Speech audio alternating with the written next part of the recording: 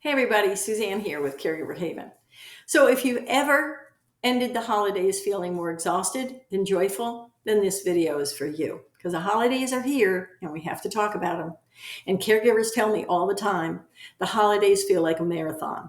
You're decorating, you're cooking, you're cleaning, you're caring for somebody, for a senior, or you're the senior taking care of everybody. Is the family coming? Are they not coming? What gifts am I going to give them? But here's the truth. This season doesn't have to drain you. Absolutely doesn't, no matter who you are. In this next few minutes, I'm going to show you how you and your senior can get through this without burning out or losing your sanity. So let's get started. The first step to a calmer holiday is simple, but it's powerful. Let's go. Let's just get rid of perfect, okay? Let's focus on meaningful. You don't have to recreate the holidays from 10 years ago. Those do not work anymore. You just need to build around what your senior can still enjoy. Okay? You don't have to get out those decorations that you've been getting out for 30 years. Just let it go. Maybe your mom can't bake cookies anymore, but she can stir the dough or maybe supervise the grandkids. Maybe your dad forgets names sometimes, but he still loves to hear old stories. Have him tell you some stories, or you tell him some stories. Experts from the University of Florida remind us of the small adjustments, like keeping routines steady, make sure those routines are in place, and limit the overstimulation. Remember, it's hard when they have cognitive decline. So keep meal times predictable, the lights soft and steady, and create a cozy quiet zone where your senior can rest if the noise gets overwhelming, especially if you have family there. Okay?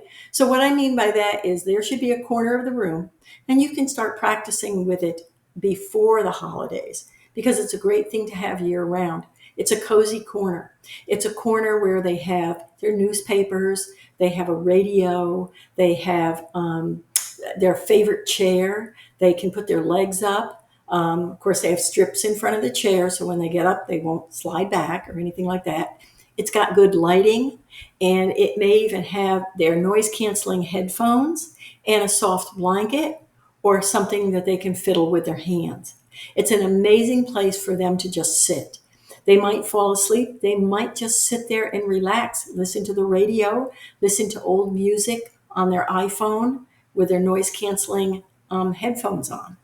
So play with it and find this cozy corner and make it their own for them. It's going to change over time depending on their disabilities, whether they can see or whether they can hear. Okay, it's going to, and how their ability is to get in and out of the chairs, where they're going to need their cane or their walker. It's going to change over time, but find that corner and make it cozy, and it's just for them. It's their timeout, for lack of a better word, so they won't get agitated or overwhelmed, especially when tons of folks are coming to your house and they're going to overwhelm your senior, or your senior is going to get overwhelmed. We all get overwhelmed, especially with family, because we haven't seen them in a while. We love them. We want to see them. And some of them, not so much. We all have those in our family too.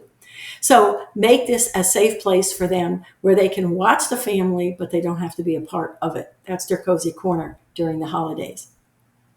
So you're going to shift from we must do it all to what matters and enjoy what matters.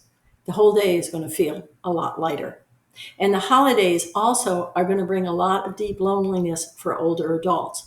And it's not just emotional. This is very true. The National Institutes of Health have found that loneliness increases the risk of dementia by 50% and raises mortality rates by over 25%. Why? Because connection isn't a luxury, it's a lifeline. We have to have those connections. And with holidays, we often feel lonely because we long for the holidays we used to have. So this season, reach out early. Don't wait for others to invite your senior. Create the connection now. Make sure you schedule the phone calls, the video chats, invite a neighbor over for cocoa. If travel is hard, which it may be, help your loved one join an online event or watch live stream church services together. They're always going on. Be there for your senior with others. Even a 5-minute FaceTime with family is going to bring enormous joy. And you need that connection too. So call a friend who understands your caregiving world. Invite them over. Let them help you make dinner. You'll be amazed at how much lighter you feel after a real conversation. This is something our friends do. We don't just bring a dish over. We get into the kitchen and everybody makes their dishes there, and we laugh and have a good time. This is the old days where the women got in the kitchen and everybody was making something somehow. Everybody was using the oven. Everybody was using the stove, and everybody was cooking and laughing, and all of a sudden the whole dinner was on the table. Somehow we got away from that, and people started just, oh, I'll just bring a dish. I'll bring a dish. No, when we cook together, we laugh together. It's always been like that. So when someone you love is aging, or if you're aging yourself, it's easy to accidentally sideline everybody during the holidays. But small roles create big meaning. So schedule those times to talk and be talked to. Okay. So what can your senior do? Well, maybe they can read a story to you or a grandchild, or they can help wrap gifts. Those aren't too hard. Or maybe they can taste test the meal and help you cook, or, peel a potato. Lead the family. They can lead the family in toast or a prayer. They might have been grew up with a church.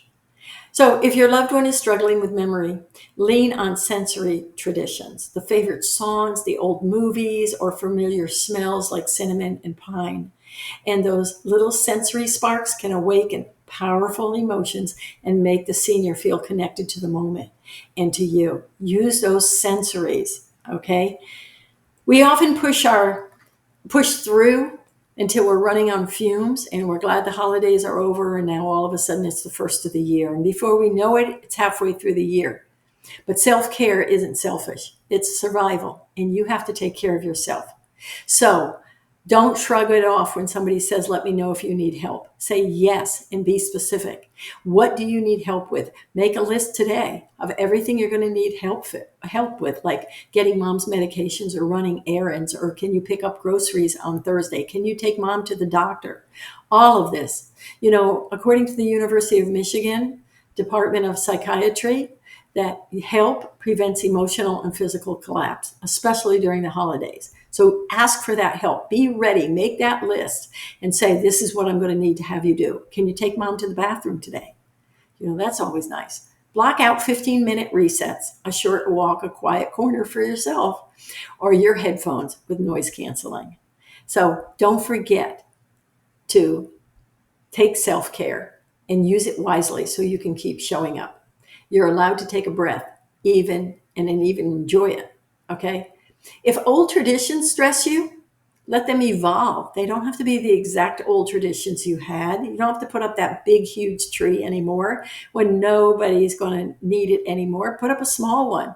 Smaller gatherings can still be beautiful. So try a holiday movie night instead of a big dinner, or start a gratitude jar and write a joyful moment each day and read it out loud on New Year's Eve. That's always fun. And goals for New Year's Eve. And encourage your senior to give back too, even in volunteering or programs like Be a Santa, or something they can do even at the senior center. There's so many fun activities there that they could enjoy. And if your senior loves animals, consider fostering a pet for the holidays. That's always fun. Many shelters encourage this because they don't have the staff during the holidays, and they prefer that people take the animals during that time. So focus on joy and meaning, not expectation, and you're going to see an overwhelming amount of peace in your holidays. And here's what I've learned from years of caregiving and helping people, clients and patients alike, and even seniors. The seniors are not going to remember if the napkins matched or the pie was burned. That's not. What they're going to remember is the laughter, your patience, and the calm you created. So this year, drop the guilt and choose what matters most. It's the meaningful moments, it's manageable plans, and it's a memorable joy.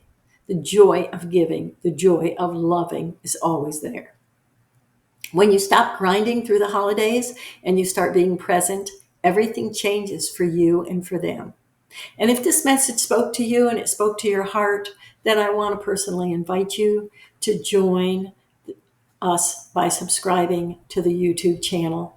It really keeps us going. It really keeps me making more and more videos for you and reaching out to you and so many in the communities across the country. That's what we're here for, bringing seniors and caregivers and families and the professionals together so we can have real conversation. So sign up for my free Caregiver Haven newsletter, and don't forget to subscribe and share this video with someone else. Take care, and we'll talk soon. You're doing a great job, and we're here for you. Bye-bye.